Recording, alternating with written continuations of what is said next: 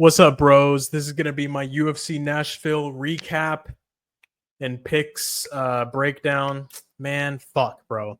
I swear, I tried to record this in the morning. I was too pissed. I couldn't even get through it. I was so angry at my picks. I was legitimately pissed off. I got like 2 minutes in, and I was just like, "Fuck this shit," and I just I ended the recording. Now I took a couple hours, did some shit throughout my day. I'm still angry, but I'm a little bit more over it now, I guess I could say. But goddamn, bro, it's like this is exactly how I was feeling about the guys that I missed my picks on. Like, let me just go ahead and show you the prime example of how I was feeling on the inside. Damn them! God damn them! God damn them! God fucking damn them to hell! God. That was me, basically on the inside at the start of the for the other video that I tried to record for this recap, because bro, I was so salty and pissed. Like, I really was. And it wasn't gonna be a good video because it was just gonna be me shitting on the 4 fighters that I missed on. So it just wasn't gonna be good. So I had to take some time and fucking chill out, and then I can do this now, you know. Now I'm angry, but now it's gonna be funny angry instead of just like, you know, sad, bitter angry. You know what I mean? So fuck. All right. Sorry if that was too loud for your ears. Yeah. So Derek Lewis, Taliesin Teixeira. Some people say it was an early stoppage. I felt like it was an early stoppage at first. Like when it first happened and Jason Herzog jumped in there, I was like, "What the fuck, early stoppage?" You know, probably just like biased because I picked Teixeira. But it's like something inside me, bro. It's like pause. But something inside me was telling me like, pick Derek Lewis. Even in my breakdown, I said Junior Taliesin Teixeira hasn't beaten anybody good. He's a can crusher, and if Derek Lewis knocks him the fuck out, I won't be surprised. And that's exactly what happened. And I should have just picked Derek Lewis. I should have gone with the dog. I shouldn't have gone with this unproven prospect in Taliesin Teixeira. But I did, and you know, it is what it is, bro. I mean, what am I gonna do? I'm just gonna sit here and cry about it? Yeah, basically. But I had Teixeira round 1 KO. It should have been Lewis round 1 KO. You know, Teixeira just climbed up the fence, just getting fucking big bombs rained on him by the Black Beast. Derek Lewis got him out of there, had another legendary post-fight interview, talked about how he was going to ground and pound his wife. And his wife was in there, bro. She was looking thicker than molasses. I'll tell you that, bro. But anyways, no disrespect, Mr. Lewis. Don't fucking knock me unconscious. But yeah, moving on. Derek Lewis, like, Derek Lewis does what Derek Lewis does. He knocks the motherfucker out. And it's like, I even said in my breakdown, I'm like, once this, like, from the results, it's going to be super obvious. Like, either Derek Lewis is going to knock out this can crusher, or this guy's going to knock out 40-year-old Derek Lewis. And it was Derek Lewis knocking out the can crusher. So, damn. Should have picked Lewis. It is what it is. We move on. Gabriel Bonfim. A lot of people were saying that this was a robbery. It was a close fight. I think you could give Bonfim rounds 1 and 3. I don't remember which ones he won. I think it was the second round because he kind of rocked Wonderboy a little bit before getting rocked by a head kick himself. It was a close fight, competitive fight. I was expecting much, much, much better from Gabriel Bonfim. Bonfim towards the end of the fight was just holding on for dear life, just trying to not let Stephen Thompson whoop his ass anymore. And, you know, shit, hugging isn't fighting. So, I mean, shit, if you look at it like that, you should have given Wonderboy the nod, but it is what it is, man. I thought that Bonfim was going to have a lot more success with the grappling. He didn't. Stephen Thompson, even at 42 years old, is still a tough SOB. Man, he's hard to hold down, bro. He's hard to hold down for a karate guy, for a striker. He's been training anti-wrestling for his entire career, knowing that people are going to try to take him down. So that showed in this fight. Bonfim just really wasn't able to have success with the grappling. He was having some more success with the striking than I anticipated. So, you know, Wonderboy kind of slowing down on the feet a little bit. I mean, if this was prime Wonderboy, even Wonderboy like 5 years ago, he probably would have finished Bonfim. In the fight, Wonderboy kicked Bonfim's knee, had a nasty big old gash in his shin, like a long gash, like across his leg. That shit was crazy. He was still throwing it though. Wonderboy's a savage, bro. This guy's nice, but he's still a fucking killer at the end of the day. Like, he was throwing that cut leg at Bonfim, getting blood on his arms, blood on his face from his leg wound. He's like, fucking taste this, buddy. Just kicking the hell out of Bonfim. But man, Bonfim got the controversial decision.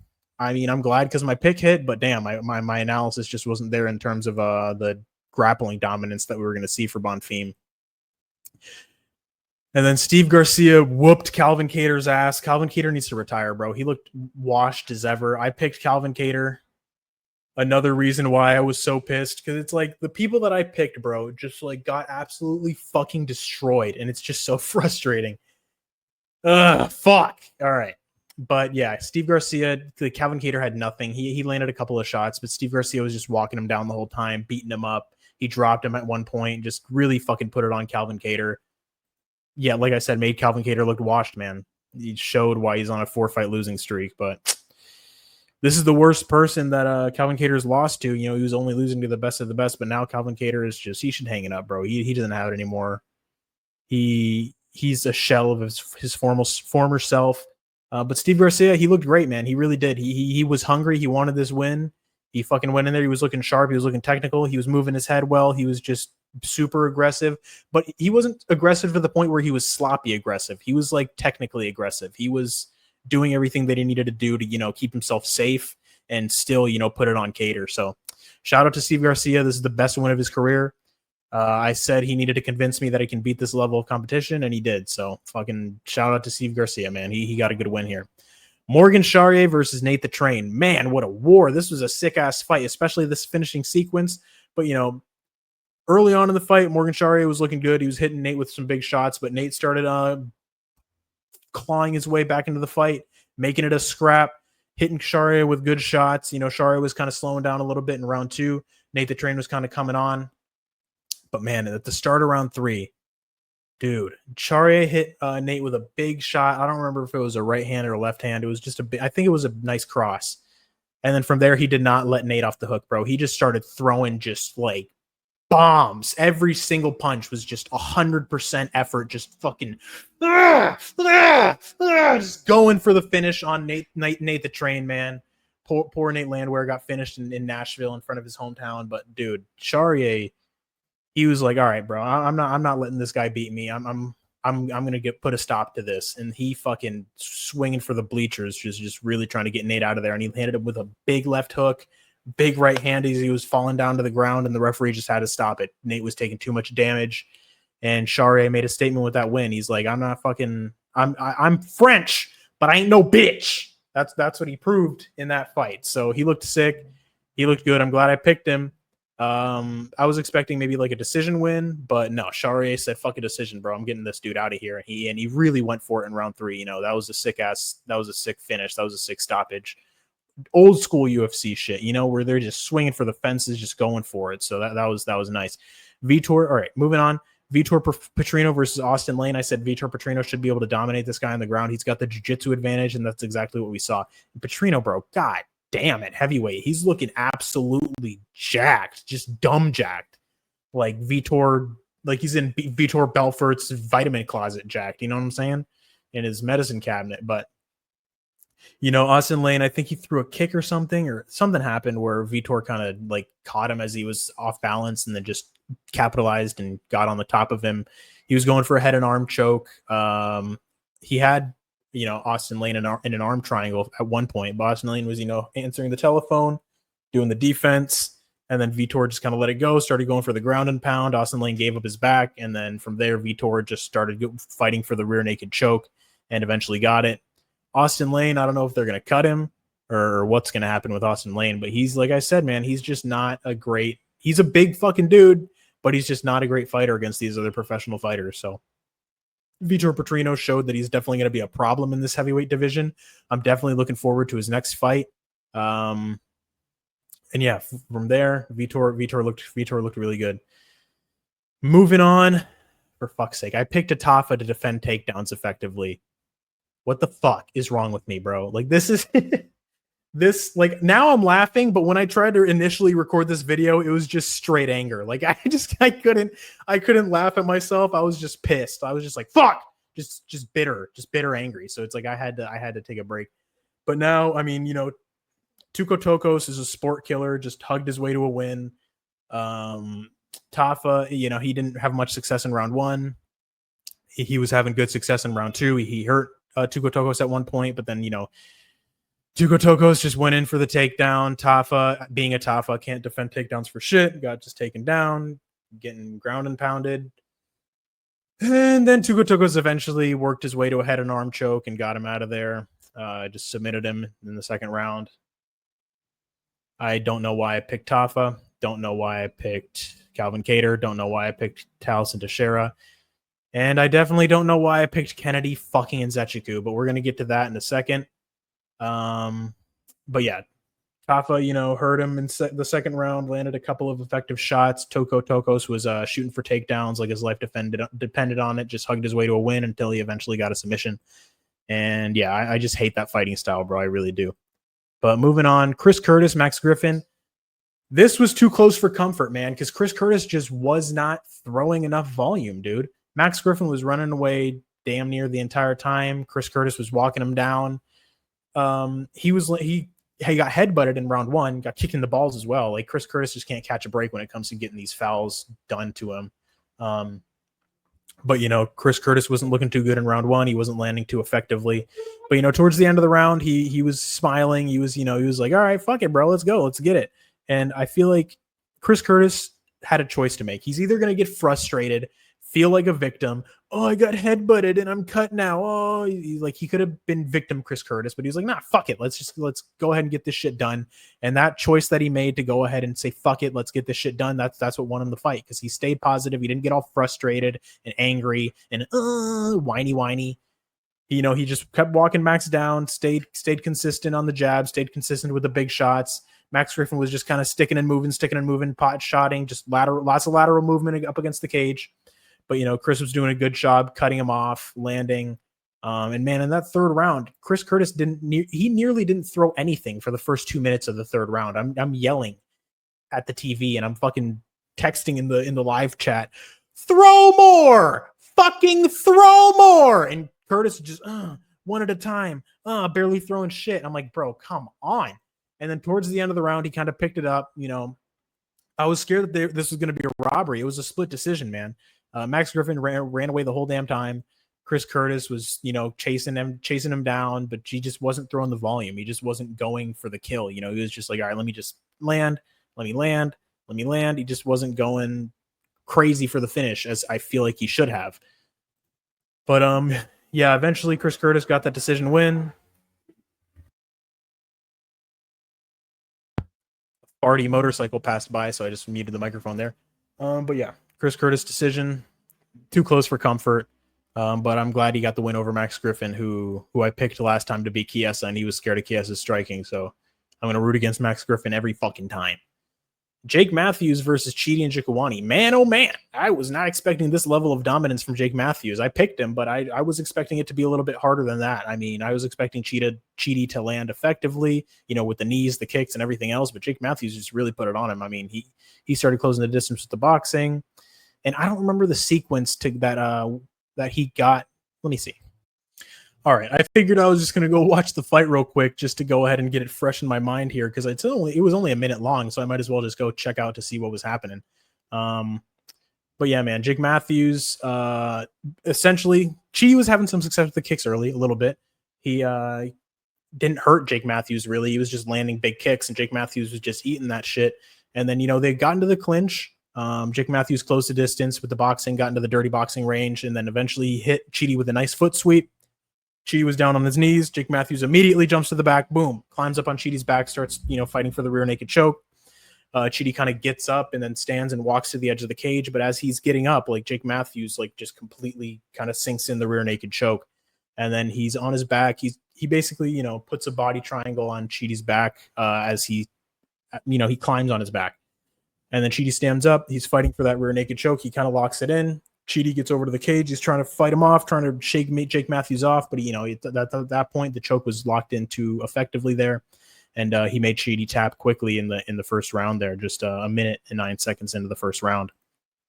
So that was impressive from Jake Matthews. I wasn't expecting that level of dominant performance. I was expecting him to go through a little bit more fire, which he did. He went through some fire in the first 40 seconds of the round, but he eventually just closed that distance and foot swept Chidi. Jumped right on his back, got that choke sunk in, fought for it for a couple of seconds, maybe a good 20 seconds, and then he eventually got it. Chidi tapped. So I don't know, man. Chi and Njokuani, I feel like maybe he needs to move up to 185. Like, because this wasn't really necessarily a weight cut issue. I mean, I don't think so. He missed weight, but this wasn't like he got tired, he got gassed out, or he was compromised from the weight cut, because he was looking good early on in the fight. I mean, he probably might have slowed down later on, but he was looking good. He just, got foot swept, got his back taken, and he got choked out, man. It was just Jake Matthews looked good. He effectively utilized his grappling and his jiu-jitsu. So shout out to Jake Matthews. I'm glad I picked him. This was the fucking one underdog I got on the card. But yeah, moving on. Eduardo Mora versus Lauren Murphy. Lauren Murphy shows why she's undefeated in the Waffle House. She fucking showed up to scrap. She was not just she wasn't showing up for a check. She showed up to retire with a god, to retire proudly. Eduardo Mora was supposed to just go in there and dominate Lauren Murphy, get her out of there by submission. She was just supposed to take her down and smoke the old lady, but she did not. Eduardo Mora started to get tired in later of round 2 and 3. Lauren Murphy, scrappy as hell, just kept pushing forward, kept throwing shots, kept going for it. Just didn't give Eduardo Mora any kind of break in the fight. She was just in her face from rounds 1 to 3. And, Mora was having some success in round 1. She was just a more athletic, faster girl. And then once that athleticism started to wear down with her getting tired, Lauren Murphy just she's a junkyard dog, bro. People forget, man. Lauren Murphy's a marauder, man. But yeah, dude, she really retired proudly. I mean, shit, shout out to her. She went out fighting her ass off. And shit, that's all really an older fighter can ask for, is to just go out, not get finished, not get dominated. You go out there and have a good showing for yourself. So Lauren Murphy, kind of exposed Eduardo Mora, showing that Eduardo Mora really isn't that good. She's good, but she's not that good. She's not elite. She's not like top 5 material. So we'll see what's next for Eduardo Mora, who she's going to fight next. She struggled with Lauren Murphy. Maybe we're going to give her somebody in the top 15, I assume. We'll see what's next for Eduardo Mora, but shit, I wouldn't bet on her in her next fight. I'll tell you that. I really wouldn't, but this might be a wake-up call for her that she needs to improve. Definitely train harder, work on that cardio. But yeah, Mama Murphy showed, again, why she's undefeated in the Waffle House. Moving on. Walter Walker versus Kennedy Nzechukwu. I cannot believe that I picked fucking Kennedy Nzechukwu, bro. I'm so... This was like the main reason as to why I was so pissed, because it's just he had absolutely zero success. Walter Walker comes out like a fucking bat out of hell, very reminiscent of like a Hamzat performance. Like he just closed the distance, big shots, boom, boom, boom, blitzed Kennedy. Hit Kennedy with a big right hand, kind of went for a takedown. Kennedy kind of breaks the distance, and Kennedy, yeah, bro, you hit me, and then fucking as he's smiling like a dipshit, fucking Walter Walker cracks him again with the right hand, and Kennedy's like, oh man, fucking falls back into the cage. Walter Walker starts throwing big shots on him, goes for like a takedown, and then just Kennedy goes to defend the takedown. Walter Walker just jumps down to a heel hook, damn near rips this motherfucker's big stupid leg off. Oh my God, bro. Fuck! I shouldn't have picked this idiot. But yeah, Walter Walker looked great. I was saying, oh man, he's heel hooked Dontel Mays and Junior Tafa. I guess 2 of the worst heavyweights on the roster. And I guess Kennedy Nzechukwu is one of the fucking worst heavyweights on the roster in terms of at least leg lock defense and just jiu-jitsu and just fight IQ and overall everything. Got submitted in under a minute by the same fucking submission that this dude's hitting on everybody else. What were you training for, buddy? I mean, I guess he didn't see the aggression with the striking coming, but like the fact that he like got hit by a big shot, he was backing up smiling with his hands down. Then he got fucking cracked again and then finished. Are you fucking kidding me? You big dumb idiot. But anyways, shout out to Walter Walker. He looked phenomenal. He looked great. Awesome performance from Walter Walker. Walter Walker. Fucking son of a bitch. Not Walter Walker, but just the fact that I got this pick so abysmally wrong. I'm just pissed. So, and then Mike Davis, he looked good in his fight. I mean, he kind of looked like he was gassing out in round 2. Mitch Ramirez was putting some big shots on him. It was all Mike Davis in round 1. You know, he was fighting for the rear naked choke for the majority of the round. I was saying this guy might gas out and get finished by Mitch Ramirez, and it looked like that for a second. You know, it looked like Mitch Ramirez was going to put it on him, but you know, Mike Davis hung tough. He eventually just landed a big shot on Mitch Ramirez and got him out of there. Well, no, he landed a big shot, got him hurt, and then he's just started following up, landing big shots. Eventually dropped Mitch Ramirez, and then the referee had to pull him off. You know, it was a TKO, but got a little scary there. Got a little scary there for Mike Davis. You know, Mitch Ramirez definitely didn't quit on himself. He was in that fight, but you know, Mike Davis is a minus 1,000 favorite. Should have looked better than that, in my opinion. He should have been able to finish that submission in round 1. But you know, Mitch Ramirez showed that he's made some improvements. He's not completely, you know, terrible. He should be able to. Mitch Ramirez versus somebody like Trevor Peek. I feel like that'd be a pretty sick fight. You know, someone just like low in the rankings. You know, let this Mitch Ramirez guy get a couple of wins. He's an exciting fighter. He's got a good style. He goes out there to scrap. So I'd say give Mitch Ramirez some favorable matchups. Not something that he's gonna like, you know, easily win, but somebody, you know, that's just another junkyard dog scrapper just like him. So we can put on some fun fights, like a Trevor Peek type. Maybe not Nicholas Moda, because you know he was fighting Sadikov. Someone, you know, of that ilk, of that fighting style. So yeah, moving on, Fatima Klein versus Melissa Martinez. Melissa Martinez, the striker, was getting outstruck by Fatima Klein, but you know, Fatima Klein was a lot taller, 5'6". I think she's actually 5'7". I don't know why it says 5'6" here, but it was 5'7" to 5'2". You know, Fatima Klein was having a lot of success with her kicks, not much success with the grappling, which was surprising. You know, you would think that if Fatima Klein was going to go ahead and get a TKO, it was going to be on the ground, but man, she head kicked the shit out of Melissa Martinez. That was a sick finish, especially for WMA. You know, she kind of throws a jab, feints the right hand, and then she just throws the head kick. Whoop, catches Melissa Martinez. I think it was a left head kick. But yeah, she throws a jab, feints the cross, throws the head kick, boom, catches Melissa Martinez clean, right to the fucking chin, boom, puts her out. She kind of lands some ground and pound, and the referee has to get in there to stop it. But you know, impressive from Fatima Klein. You know, she was following Melissa Martinez a lot. I heard someone say, you know, she should have done a better job at cutting off the cage. You know, she didn't have much success with the grappling. But she didn't need to, you know, she was the bigger lady in there. She was able to use her striking and her length effectively, catching Melissa Martinez at ranges where Melissa Martinez couldn't counter. But yeah, man, that was the card. My picks, I went 8 for 12 on picks, but it's just like the picks I got wrong are just so fucking painfully annoying. You know, it's just like I got Teixeira wrong. I got Bonfim right. No method of victory. I didn't get any method of victory correct, which is just painful. If you look at the UFC predictions tracker, I went 0 for 12. And I'm on I ruined my 3-week winning streak. You know, I went negative in terms of picks on this card. I went minus 142 on the ROI, return on investment. So I was pissed this morning, bro. I couldn't even record this shit. I was so mad, like legitimately angry at myself for the picks that I made. Cater decision. Cater looked like trash. Charrier decision. I mean, Charrier got the round 3 TKO. I'm glad that I picked him. He looked great. That was a sick fight. You know, got a little scary, you know, with Nate the Train putting it on him, but Charrier hung tough and got that nasty stoppage. Petrino dominated him on the ground. I was expecting, you know, maybe a KO because Austin Lane just is kind of chinny, but he didn't need to KO him. He got the submission. Junior Tafa, for fuck's sake, I picked a Tafa to defend takedowns. But yeah, he got submitted in round 2.